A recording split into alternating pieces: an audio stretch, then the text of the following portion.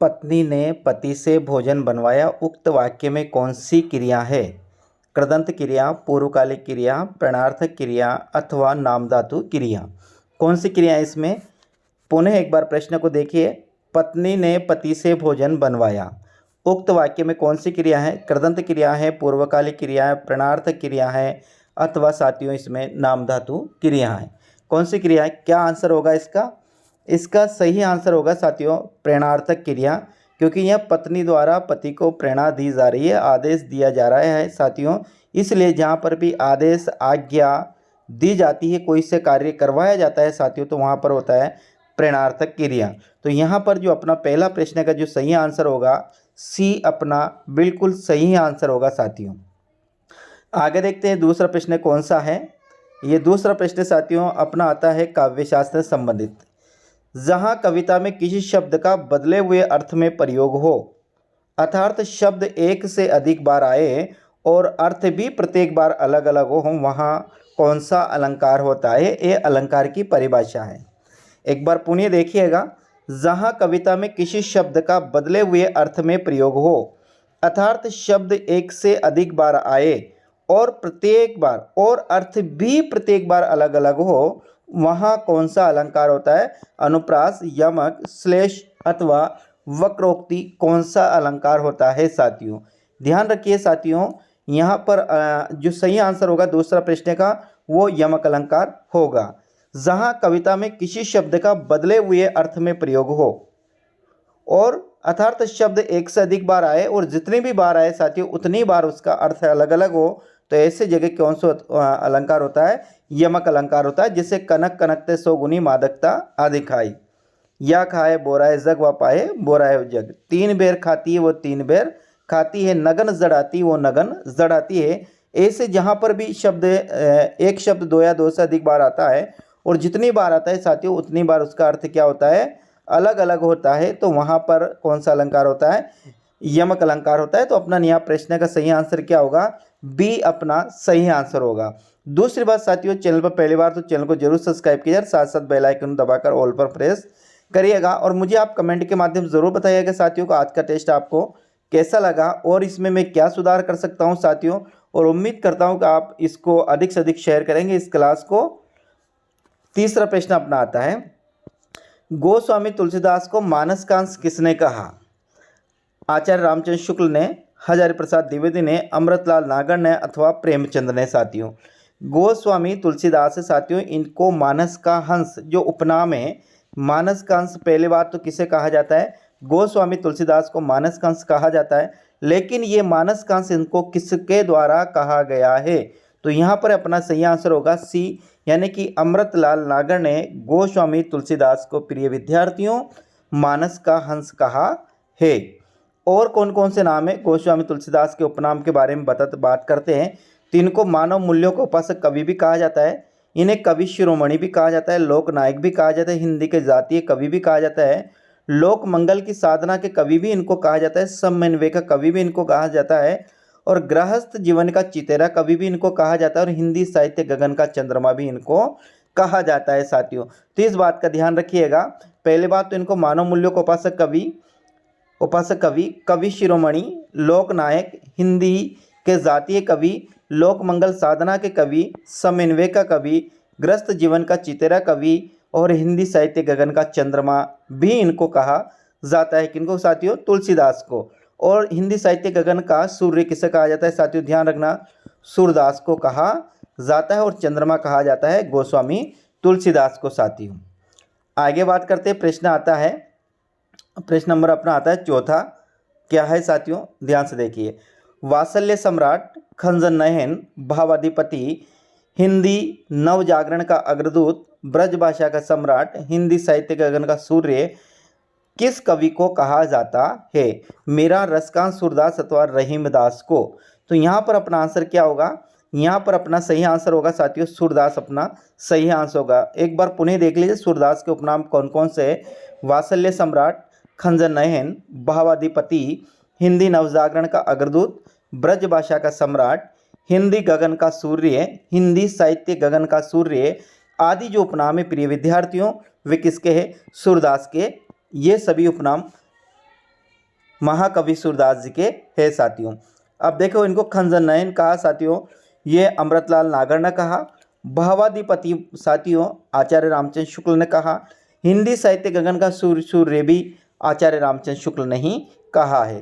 खंजन नयन इनके जो नाम दिया अमृतलाल नागर ने दिया, भावाधिपति जो नाम दिया आचार्य रामचंद्र शुक्ल ने दिया, हिंदी साहित्य गगन का जिनको सूर्य कहा वो भी आचार्य रामचंद्र शुक्ल ने ही इनको कहा है। अगला प्रश्न अपना आता है साथियों, अगला प्रश्न अपना आता है पांचवा प्रश्न। पांचवा प्रश्न किस प्रकार का, ध्यान से देखिएगा। पांचवा प्रश्न क्या पूछता है, पांचवा प्रश्न हमसे पूछता है कबीर की भाषा को सदुगड़ी भाषा किसने कहा। कबीर की भाषा को सदुगड़ी भाषा किसने कहा। पहले बात तो देखिए साथियों, सदुगड़ी भाषा का अर्थ क्या होता है। साधु संतों की संगति में जिस भाषा का विकास होता है साथियों उसे ही सदुगड़ी भाषा कहा जाता है। यानी साधु और संतों के सानिध्य में जिस भाषा को गढ़ा गया, साधु और संतों की संगति में जिस भाषा में रचना की गई है उसे ही सदुगड़ी भाषा कहा जाता है।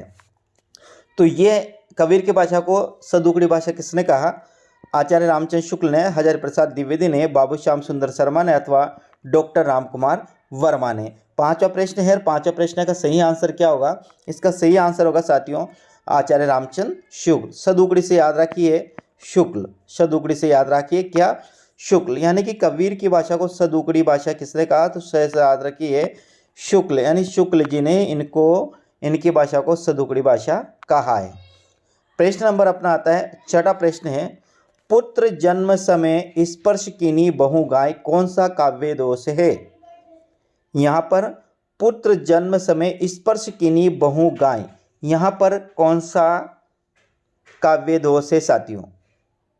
यहाँ काव्य दोष की बात करते हैं, क्लिष्ट है, ग्रामत्व है, अप्रतीत है अथवा दुष्क्रमत दोष है साथियों। तो ध्यान रखिए प्रिय विद्यार्थियों, यहाँ पर जो होगा स्पर्श, तो यहाँ पर होगा अप्रतीत काव्य दोष। यानी कि यहाँ स्पर्श का अर्थ होगा साथियों दान करना, यानी कि पुत्र जन्म के समय अनेक गायों का दान किया गया। अब अप्रतीत दोष का मतलब होता है जहाँ पर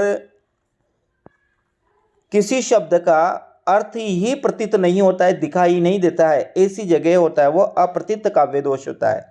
यानी कि ऐसी शब्दावली का प्रयोग करना साथियों जिसका एक काव्य एक विशेष शास्त्र में जिसका प्रयोग किया जाए, एक विशेष जगह जिसका प्रयोग किया जाए, वहाँ पर ऐसे स्थानों पर ऐसे शब्द आते हैं जिनका विशेष अर्थ में या विशेष जगह ही जिनका प्रयोग किया जाए, जिनका साधारण मनुष्य जिनका अर्थ नहीं जानता हो, तो वहाँ पर अप्रतीत काव्य दोष होता है। क्लिष्ट का मतलब जहाँ पर अर्थ को साथियों बहुत कठिनाई से अर्थ निकाला जाए। ग्रामत्व दोष का मतलब होता है जहाँ पर ग्रामीण भाषा के शब्दों का प्रयोग किया जाए। और दुष्कर्मत काव्य दोष का होता है जहाँ पर साथियों लोक शास्त्र के विपरीत जहाँ पर किसी बात को रखा जाए वहाँ पर दुष्कर्मत काव्य दोष होता है। तो यहाँ पर अपना आंसर होगा यानी कि सी अपना प्रिय विद्यार्थियों सही आंसर होगा। प्रश्न नंबर 7 की बात करते हैं। बिहारी सतसई शक्कर की रोटी है जहाँ से भी खाओ मीठी ही लगती है, किस साहित्य इतिहासकार की पंक्तियाँ हैं। बिहारी के ऊपर यानी बिहारी सतसई के विषय में यह पंक्तियाँ किसके द्वारा कही गई है। एक बार पुनः, बिहारी सतसई शक्कर की रोटी है जहाँ से भी खाओ मीठी ही लगती है, किस साहित्य इतिहासकार की पंक्तियाँ हैं। राम कुमार वर्मा की, विश्वनाथ त्रिपाठी की, पदम सिंह शर्मा की अथवा डॉक्टर बच्चन की साथियों ये पंक्तियाँ किसके द्वारा कही गई है। तो यहाँ पर अपना सही आंसर होगा वो होगा पदम सिंह शर्मा। यानी पदम सिंह शर्मा ने साथियों बिहारी सतसई के विषय में कहा है कि बिहारी सतसई शक्कर की रोटी है जहाँ से भी खाओ वहाँ से मीठी ही लगती है। ये जो उपयुक्त काव्य पंक्तियाँ हैं ये पदम सिंह शर्मा द्वारा कही गई है। अगला प्रश्न अपना आता है, प्रश्न नंबर 8 आता है। निम्न में से किस कवि को दानवीर करने के रूप में याद किया जाता है। तुलसीदास को, सूरदास को, रहीमदास को अथवा धर्मदास को। यानी कि यहाँ 4 कवियों के नाम दिए गए, चारों कवियों में किस कवि को दानवीर कर्ण के रूप में भी याद किया जाता है। यानी कि एक तो महाभारत द्वापर युग में महाभारत में साथियों कर्ण को दानवीर के लिए कर्ण को दानवीर कहा जाता है, लेकिन हिंदी साहित्य में ऐसे ही किसको दानवीर कर्ण के रूप में याद किया जाता है साथियों। तो यहाँ पर अपना सही आंसर होगा रहीमदास, अपना सही आंसर होगा। कहा जाता है कि रहीमदास भी साथियों, इनके पास जितनी भी संपत्ति थी रहीमदास ने सब अपनी संपत्ति को दान कर दिया गया था, इसलिए रहीमदास को दानवीर कर्ण के रूप में भी याद किया जाता है। प्रश्न नंबर अगला देखते हैं अपन यहाँ पर साथियों 9, विषम लिंगी आकर्षण में कौन सा रस होता है? वात्सल्य रस, करुण रस, श्रृंगार रस अथवा वीर रस साथियों। कौन सा रस होगा? विषम लिंगी आकर्षण में कौन सा रस होगा? तो यहाँ पर बताइएगा कौन सा रस होगा। ये साथियों श्रृंगार रस की ही परिभाषा है कि जहाँ पर विषम लिंगी आकर्षण होता है वहाँ पर श्रृंगार रस होता है। और श्रृंगार रस के दो भेद होते हैं साथियों, एक संयोग श्रृंगार होता है और एक वियोग श्रृंगार होता है साथियों। श्रृंगार रस को साथियों रसों का राजा भी कहा जाता है। श्रृंगार रस को रसों का राजा भी कहा जाता है क्योंकि इसमें साथियों नव रस की इसमें व्याप्ति होती है। और दूसरी बात, श्रृंगार रस में जो श्रृंगार रस होता है इस संसार के समस्त प्राणियों में साथियों श्रृंगार रस व्याप्त होता है, इसलिए साथियों श्रृंगार रस को रसों का राजा भी कहा जाता है। 1909 प्रश्न का आंसर क्या होगा? सी अपना सही आंसर होगा। प्रश्न नंबर 10वां अपना आता है, कामायनी में सर्गों की संख्या है 10, 12, 15 अथवा 16। कितनी है साथियों कामायनी में सर्गों की संख्या? तो ध्यान रखिए साथियों कामायनी में जो सर्गों की संख्या है उसका अपना सही आंसर 15 होगा। यानी कामायनी में सर्गों की संख्या कितनी है? 15 है साथियों। ध्यान रखना इसका पहले सर्ग का नाम चिंता है साथियों और अंतिम सर्ग का नाम आनंद सर्ग है। कामायनी में सर्गों की संख्या 15 है, इसमें पहले सर्ग का नाम चिंता है और अंतिम सर्ग का नाम साथियों क्या है? आनंद है। और कामायनी किसकी रचना है साथियों? जयशंकर प्रसाद की कामायनी, यानी जयशंकर प्रसाद द्वारा लिखी गई है कामायनी, जिसमें सर्गों की संख्या 15 है। पहला सर्ग साथियों इनका चिंता है और अंतिम सर्ग इसका क्या है? आनंद है। प्रश्न नंबर 11 की बात करते हैं, काव्य शास्त्र में अनुभव किसे कहा जाता है? आलंबन की चेष्टा, बाह्य उद्दीपन, आंतरिक उद्दीपन अथवा आश्रय की चेष्टा साथियों। तो ध्यान से आंसर को सुनिएगा और इसका आंसर जरूर दीजिएगा। एक बार पुनः देखिएगा, काव्य शास्त्र में अनुभव किसे कहा जाता है? यानी कि आलंबन की चेष्टा, बाह्य उद्दीपन या आंतरिक उद्दीपन या आश्रय की चेष्टा। तो अनुभव किसे कहा जाता है साथियों? तो यहाँ जो आश्रय की जो चेष्टा होती है उसे ही अनुभव कहा जाता है साथियों। आश्रय की चेष्टा का मतलब होता है जिसके हृदय में साथियों रस जागृत होता है, जिसके अंतःकरण में रस जागृत होता है उसे ही साथियों आश्रय कहा जाता है। और आश्रय द्वारा जो चेष्टा की जाती है, आश्रय द्वारा जो अनुभव किया जाता है, जो शारीरिक क्रिया की जाती है और जो कोई सी भी क्रिया की जाती है उसे आश्रय, उसे अनुभव कहा जाता है। जैसे मान लेते हैं साथियों यहाँ पर क्या है? मनुष्य, इधर क्या है साथियों? सर्प है। तो सर्प यहाँ तो आलंबन है, मनुष्य क्या है साथियों? आश्रय है। अब सर्प का साथियों, सर्प के द्वारा मनुष्य की जो क्रिया की जाती है उसे ही साथियों कहा जाता है, उसे आश्रय कहा जाता है। और आश्रय द्वारा जो चेष्टा की जाती है उसे अनुभव कहा जाता है।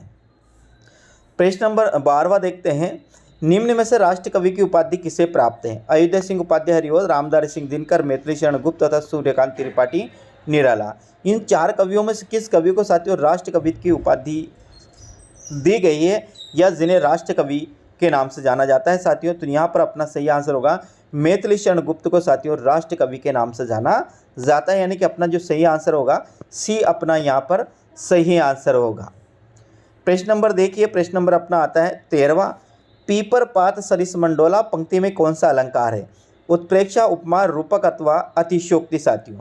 कौन सा होगा? एक बार पुनः देखिए, पीपर पात सरिस मंडोला, पीपर पात सरिस मंडोला साथियों। तो इसमें कौन सा अलंकार होगा? उत्प्रेक्षा होगा, उपमा होगा, रूपक होगा अथवा अतिशयोक्ति होगा। तो यहाँ पर अपना आंसर होगा साथियों सी, यानी कि रूपक अपना सही आंसर होगा। पीपर पात ने, पीपर का मतलब साथियों पीपल, क्या एक वृक्ष होता है पीपल साथियों? पीपर पात यानी पीपल के पत्ते के समान उसका मन डोल रहा है, उसका मन डोल रहा है साथियों। तो यहाँ पर पीपर पात तो क्या होगा? उपमान होगा। मन क्या होगा साथियों? मन होगा यहाँ पर उपमेय होगा। और सरिस क्या होगा साथियों? वाचक शब्द है। और डोला क्या है? साधारण धर्म है। डोला क्या है? डोला है साधारण धर्म। और मन क्या है? यहाँ पर उपमेय है, मन उपमेय है। और सरिस क्या है? ये वाचक शब्द है। और पीपरपात क्या है? ये उपमान है। यहाँ पर होगा साथियों कौन सा? रूपक अलंकार। यानी जहाँ पर उपमेय को उपमान बता दिया जाता है यानी उपमान को उपमेय बता दिया जाता है, यानी दोनों में कोई भेद नहीं होता है, दोनों को एक समान बता दिया जाता है। ऐसी जगह साथियों रूपक अलंकार होता है। तो यहाँ पर अपना आंसर क्या होगा, सी अपना सही आंसर होगा। प्रश्न नंबर देखते हैं अपन। प्रश्न नंबर अपना आता है साथियों शब्दा। अद्भुत जिजीविषा का कवि, ओज औदात्य और विद्रोह का कवि, विस्तृत सरोकारों का कवि, आधुनिक काल का गोरखनाथ, छायावाद का महेश अथवा रुद्र, दारागंज का संत, महाप्राण, शक्ति साध्य कवि किसे कहा जाता है। यानी कि ये जो यहाँ पर है प्रसाद है, पंत है, निराला और महादेवी वर्मा है, ये इनमें से किस कवि को साथियों इतने उपनामों से जाना जाता है। पहला, अद्भुत जिजीविषा का कवि, जिजीविषा कहा जाता है जीने की इच्छा, उससे कहा जाता है जिजीविषा। ओज औदात्य और विद्रोह का कवि, विस्तृत सरोकारों का कवि, आधुनिक काल का गोरखनाथ, छायावाद का महेश, दारागंज का संत, महाप्राण, शक्ति साध्य कवि किसे कहा जाता है साथियों। तो यहाँ पर अपना सही आंसर होगा वो होगा निराला को कहा जाता है। किसे साथियों ध्यान रखना, यह कहा जाता है निराला को, यानी कि अपना सी अपना सही आंसर होगा। वर्तमान में रस के कितने अंग माने गए हैं, 2, 4, 5, 6 अथवा 3 साथियों। तो ध्यान रखिए वर्तमान में रस के अंग माने गए साथियों 4। कितने माने गए, 4। 4 कौन से साथियों, एक उपमेय, एक उपमान,